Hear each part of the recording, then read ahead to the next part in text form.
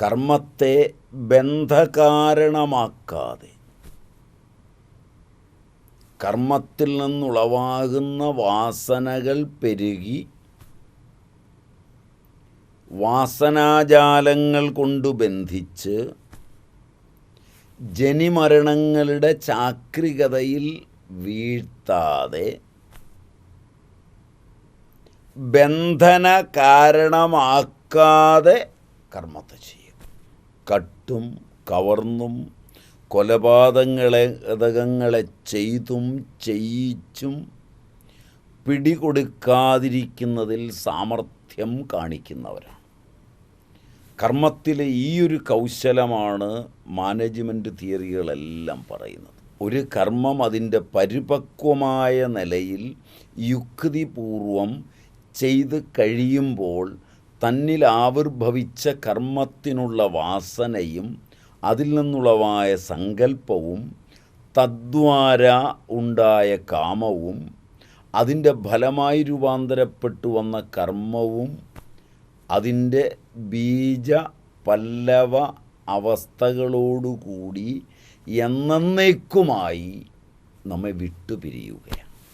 അമൃതാത്മാക്കളെ, നമ്മൾ ഭഗവത്ഗീത 2-ാം അധ്യായം 50-ാം ശ്ലോകം ആണ് പഠിക്കുന്നത്. ബുദ്ധിയുക്തോ ജഹാതീഹ ഉഭേ സുകൃതദുഷ്കൃതേ എന്ന ശ്ലോകമാണ് നമ്മൾ എടുത്തു വരുന്നത്. ഹർഷസ്ഥാനങ്ങൾ ആയിരക്കണക്കിനാണ്, ശോകസ്ഥാനങ്ങളും ആയിരക്കണക്കിനാണ്. ഒരു പക്ഷേ ശോകസ്ഥാനങ്ങൾ കൂടുതലുണ്ടാവും. 100 കണക്കിന് ഹർഷസ്ഥാനങ്ങളും ആയിരക്കണക്കിന് ശോകസ്ഥാനങ്ങളും ആണ് ജീവിതം. ഏതാണ് ഹർഷസ്ഥാനം, ഏതാണ് ശോകസ്ഥാനം? സിദ്ധി ഹർഷസ്ഥാനവും അസിദ്ധി ശോകസ്ഥാനവുമാണ്. സിദ്ധി സ്ഥാനങ്ങൾ, ഒരു സാധനം വാങ്ങിക്കാൻ പോയാൽ നമുക്കിച്ഛയുള്ള, നമ്മളുടെ താല്പര്യമനുസരിച്ചുള്ള, നമുക്കിഷ്ടമുള്ള നിറം, ഇഷ്ടമുള്ള ആകൃതി, ഇഷ്ടം തോന്നുന്ന രുചി, ഈ വക സാധനങ്ങളെല്ലാം കിട്ടിയാൽ ഹർഷമാണ്. ഏതെങ്കിലും ഒന്ന് നമ്മുടെ ഇഷ്ടം സാധിക്കാതെ വന്നാൽ ശോകമാണ്. ഈ ഹർഷശോകങ്ങളുടെ ആന്തോളനം ആ അനുഭവ സമയത്തു മാത്രമല്ലാതെ ആ അനുഭവത്തെ നമ്മുടെ മസ്തുളങ്കം സ്വീകരിച്ചിട്ട് സംസ്കാരമുണ്ടാക്കി തീർക്കുന്നുണ്ട്.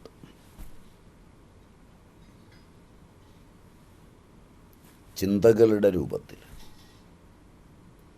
ഓർമ്മകളുടെ രൂപത്തിൽ, അനുഭവങ്ങളുടെ രൂപത്തിൽ നിരന്തരമായ ഹർഷങ്ങളുടെയും ശോകങ്ങളുടെയും പരമ്പര തന്നെ സൃഷ്ടിക്കപ്പെടുന്നുണ്ട്. ഹർഷസ്ഥാനങ്ങളെയും ശോകസ്ഥാനങ്ങളെയും രേഖപ്പെടുത്തിയിട്ട്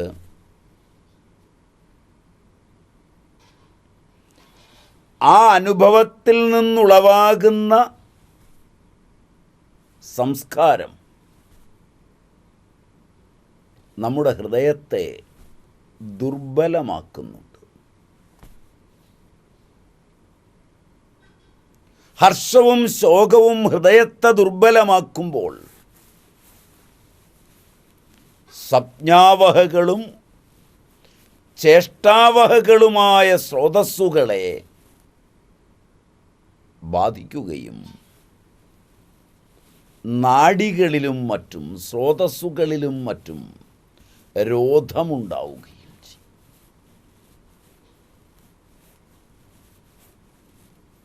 ഒരളവിൽ എത്ര തീവ്രതരമാണോ നമ്മുടെ ഹർഷശോകങ്ങൾ,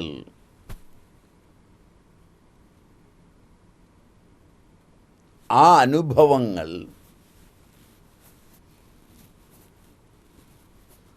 നമ്മുടെ കോശാന്തരങ്ങളിൽ ഉളവാക്കുന്ന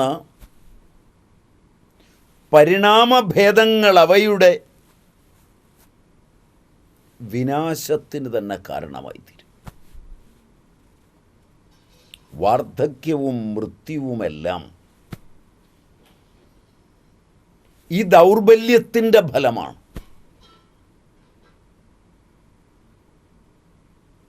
ഹർഷവും ശോകവും ഉണ്ടാകുന്ന സ്വഭാവമുണ്ടായാൽ പിന്നീട് എല്ലാ കാര്യങ്ങളിലും അത് സ്വഭാവേന തുടരുന്നു.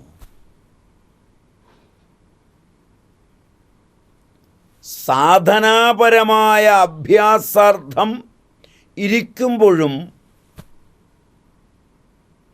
അവിടെയും കൂടി ഹർഷവിഷാദ ചിത്തവൃത്തികൾ ഉളവാകുന്നു. ജീവിതത്തിലുടനീളം നാം കൊണ്ടുപോകുന്ന ഹർഷവിഷാദങ്ങളുടെ തുടർച്ച സാധനാകാലങ്ങളിൽ പോലും നമ്മെ തുടരുന്നു. അതുകൊണ്ട് സിദ്ധിയിലും അസിദ്ധിയിലും സമത,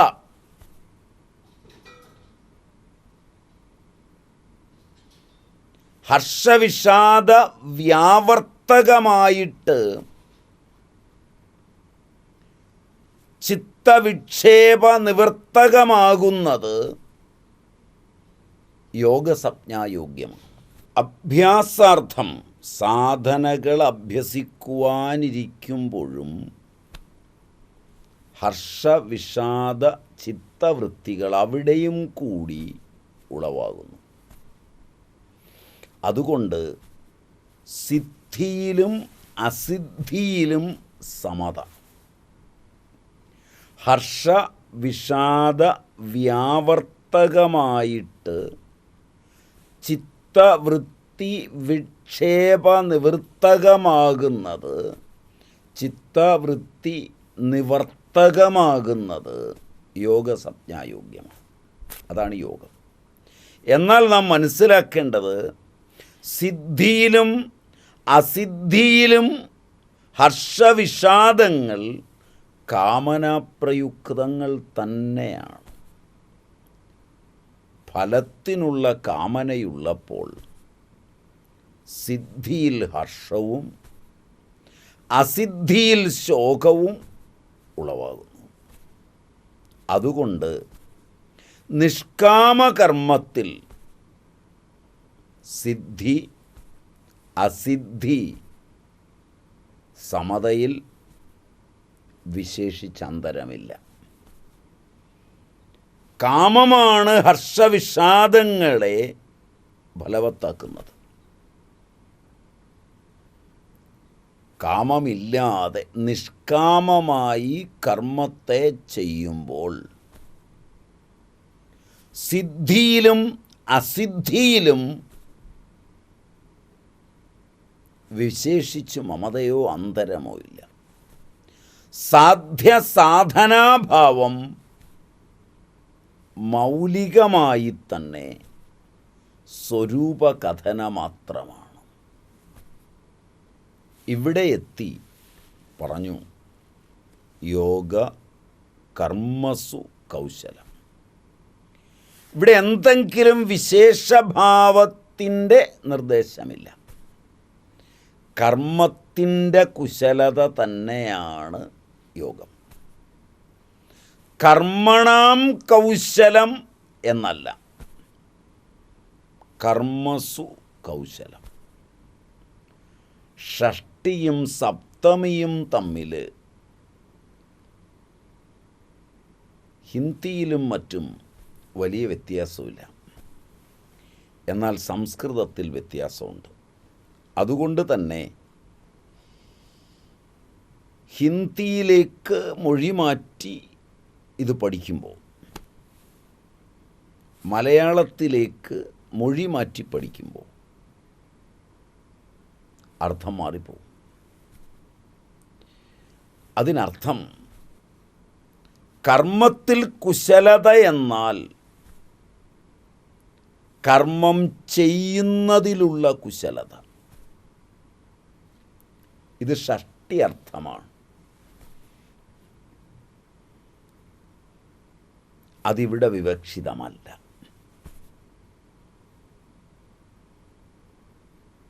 കർമ്മത്തിൽ കൗശലം എന്നല്ല, കർമ്മം ചെയ്യുന്നതിലുള്ള കുശലത യോഗമല്ല. കർമ്മണാം കൗശലം യോഗമല്ല.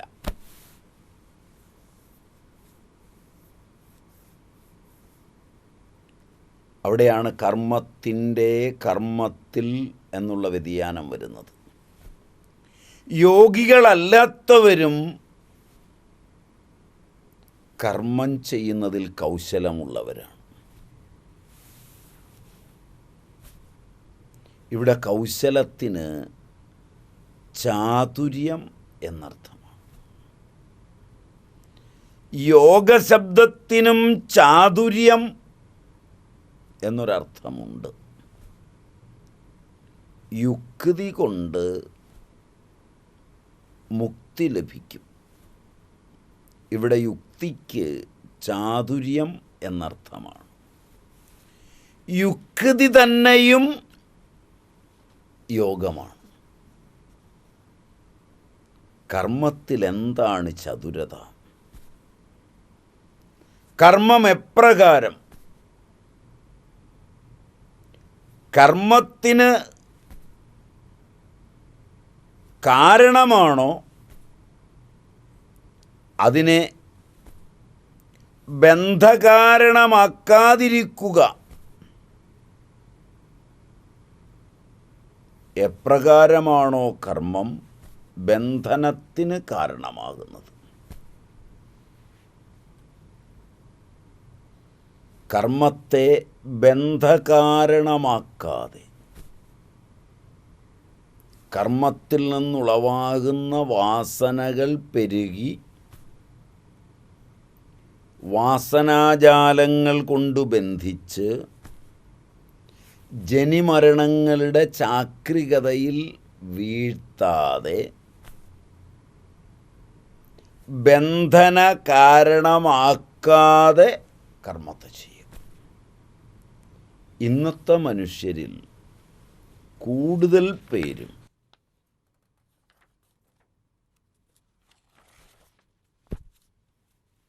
ആധുനിക മനുഷ്യനെ എടുത്താൽ ആധുനിക മനുഷ്യരിൽ അധികം പേരും കട്ടും കവർന്നും കൊലപാതകങ്ങളെ ചെയ്തും ചെയ്യിച്ചും പിടികൊടുക്കാതിരിക്കുന്നതിൽ സാമർഥ്യം കാണിക്കുന്നവരാണ്.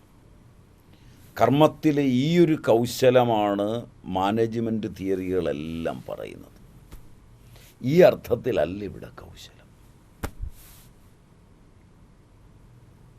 ഏതു വിധേനയും കർമ്മം ചെയ്യുമ്പോൾ, കർമ്മം ചെയ്ത് കഴിയുമ്പോൾ സ്വതന്ത്രനാവുകയോ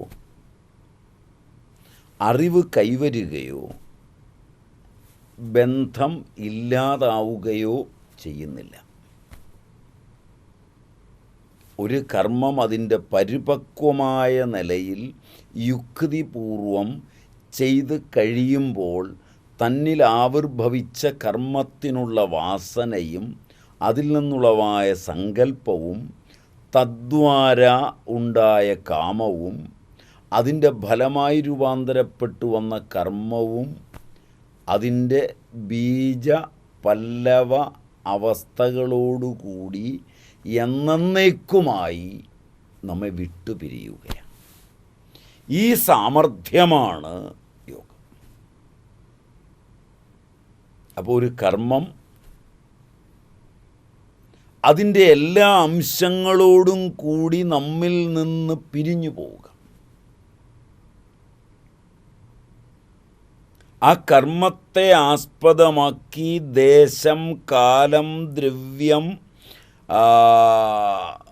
അതുപോലെ തന്നെയുള്ള കരണങ്ങൾ, അതേപോലെ തന്നെയുള്ള ചേഷ്ടാവിശേഷങ്ങൾ, ഇവയൊക്കെ വാസനാരൂപത്തിൽ നമ്മിൽ രേഖപ്പെടുത്തും. ദേശപരിമിതി കൊണ്ട് ഉണ്ടായിരിക്കുന്ന കർമ്മ പരാജയങ്ങൾക്ക് ദേശം മാറി കർമ്മം ചെയ്ത് സമാധാനം വരത്തക്ക വിധത്തിൽ ദേശങ്ങൾ നമ്മിൽ ബന്ധിക്കപ്പെടുന്നു. കാലം ഇതുപോലെ ബന്ധിക്കപ്പെടുന്നു. പലവിധ ദ്രവ്യങ്ങൾ നമുക്ക് കിട്ടിയവ പോരാ എന്നുള്ളതും ആ ദ്രവ്യം കൊണ്ടാണ് കർമ്മം പൂർണ്ണമാവാത്തതെന്നുമുള്ള സങ്കല്പങ്ങൾ പുതിയ ദ്രവ്യത്തെ കൊണ്ട് അതേ കർമ്മം ചെയ്തു തീർക്കുന്നതിനുള്ള വാസനകളെ ഉള്ളിലുള്ളവാക്കും. നിരന്തരമായി കർമ്മത്തിൻ്റെ ഒരു നൈരന്തര്യമാണ്. അപ്പോൾ ഏതു വിധേനയും കർമ്മം ചെയ്ത് സാമർഥ്യം കാണിക്കുക. കട്ടാണെങ്കിലും കവർന്നാണെങ്കിലും കൊലപാതകങ്ങളെ ചെയ്തും ചെയ്യിച്ചുമാണെങ്കിൽ, ചിലരാകട്ടെ പിടിക്കപ്പെട്ടാൽ കോടതിയിൽ പോയി കള്ളസാക്ഷികളെ വെച്ച് നിർദോഷരാണെന്ന് വരുത്തി തീർക്കുന്നവരാണ്. അതിലാണ് അവരുടെ ചാതുര്യം.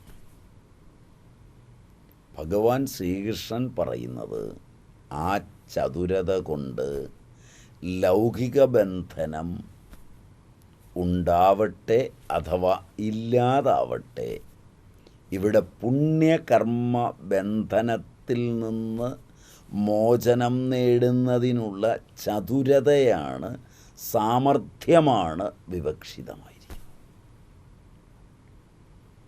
പാപകർമ്മങ്ങളുടെ നിലയെ പോലുമല്ല.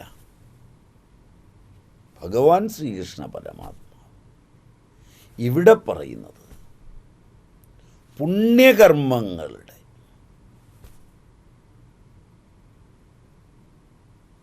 ആ പുണ്യകർമ്മ ബന്ധനത്തിൽ നിന്ന് മോചനം നേടുക. ഇവിടെ പാപകർമ്മങ്ങളുടെ കാര്യം തന്നെ ഇല്ല. ആളുകളുടെ എല്ലാം കണ്ണുവെട്ടിച്ച് പാപം ചെയ്യാം. എന്നാൽ സഹസ്രശീർഷനും സഹസ്രാക്ഷനുമായ ഭഗവാന്റെ കണ്ണുവെട്ടിച്ചെങ്ങനെ ചെയ്യും? അതൊരിക്കലും സംഭവമല്ല. അതിൻ്റെ ഫലം അനിവാര്യമാണ്. ജീവിതത്തിൽ 1000 കഷ്ടതകൾ അനുഭവിക്കുവാനുണ്ട്.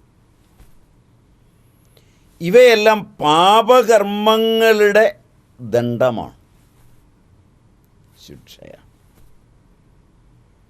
മനുഷ്യൻ്റെ അടുത്ത് കർമ്മഫലം തന്നെ ഉപസ്ഥിതമാണ്.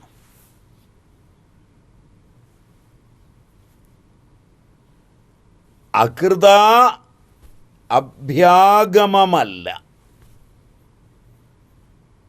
ദാന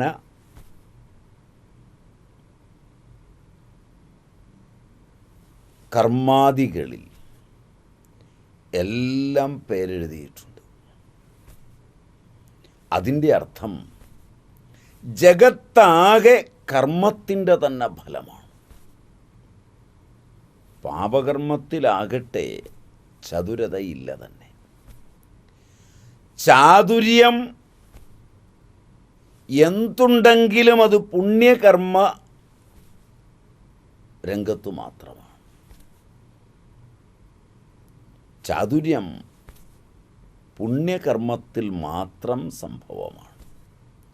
അങ്ങനെ പുണ്യകർമ്മത്തിലുള്ള സാമർഥ്യം വീണ്ടും പാപനാശത്തിനുള്ള കാര്യത്തിൽ ഉപയുക്തമാണ്. അതാണ് അതിൻ്റെ സത്യം. എന്നാൽ സാമർഥ്യമുണ്ടെങ്കിൽ അത് പുണ്യകർമ്മത്തിലാണ്. എന്താണ് സാമർഥ്യം? അത് ഫലം തരുന്നവനിലുള്ള സമർപ്പണമാണ്. അതിനെയാണ് യോഗ കർമ്മസു കൗശലം, അതിനെയാണ് ഇവിടെ യോഗമെന്ന് വിളിക്കുന്നത്. അപ്പോൾ കട്ടും കവർന്നും കൊലപാതകങ്ങളെ ചെയ്തും ചെയ്യിപ്പിച്ചും ഒക്കെ പിടികൊടുക്കാതിരിക്കുന്നതിനു വേണ്ടി കാട്ടിക്കൂട്ടുന്ന സാമർഥ്യമല്ല ഗീതയുടെ വിഷയം. ഇന്ന് അങ്ങനെയുള്ളവരാണ് കൂടുതൽ.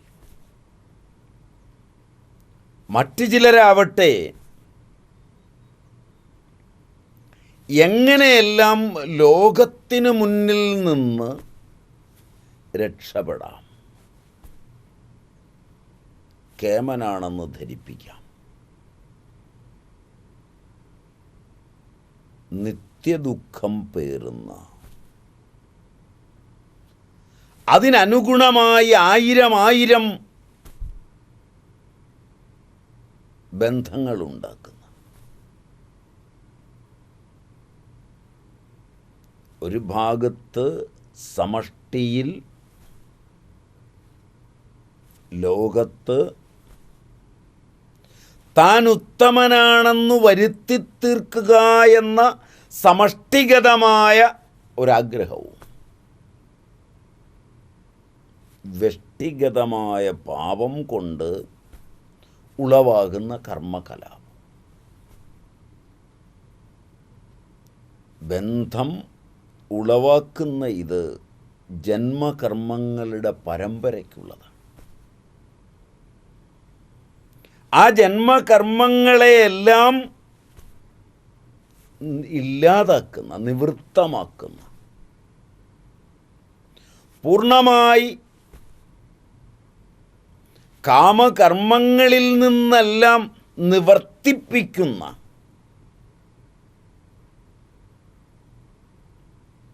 കുശലത, സാമർഥ്യം. ശ്രീകൃഷ്ണ പരമാത്മാവ് പറയുന്നത് അതാണ്. പുണ്യകർമ്മ ബന്ധനത്തിൽ നിന്ന് ഉള്ള മോചനം. അത് കുശലത കൊണ്ടുണ്ടാകുന്ന, യോഗം കൊണ്ടുണ്ടാകുന്നതാണ്, സമർപ്പണം കൊണ്ടുണ്ടാകുന്നതാണ്, ചാതുര്യം കൊണ്ടുണ്ടാകുന്നതാണ്. അതിനുള്ള ചാതുര്യത്തെ, ബന്ധവിമോചനത്തിനുള്ള ചാതുര്യത്തെ യോഗമെന്ന് ഇവിടെ വ്യാസൻ പറയും. അത്യുന്നതമായ ആ യോഗം ഭഗവാൻ ഈ ശ്ലോകത്തിൽ വർണ്ണിച്ചിരിക്കുന്നു. മാനവനെ മാധവ സവിധത്തിലേക്കെത്തിക്കുന്ന മനോഹരമായ കുശലത, യോഗം അർജുനനെ നിമിത്തമാക്കി നമുക്കായി ഉപദേശിച്ചു തന്ന ഭഗവാൻ പാർത്ഥസാരഥിയുടെ പാവന പാദങ്ങളിൽ നമുക്ക് ഭക്തിപ്രസയപൂർവം പ്രണമിക്കാം.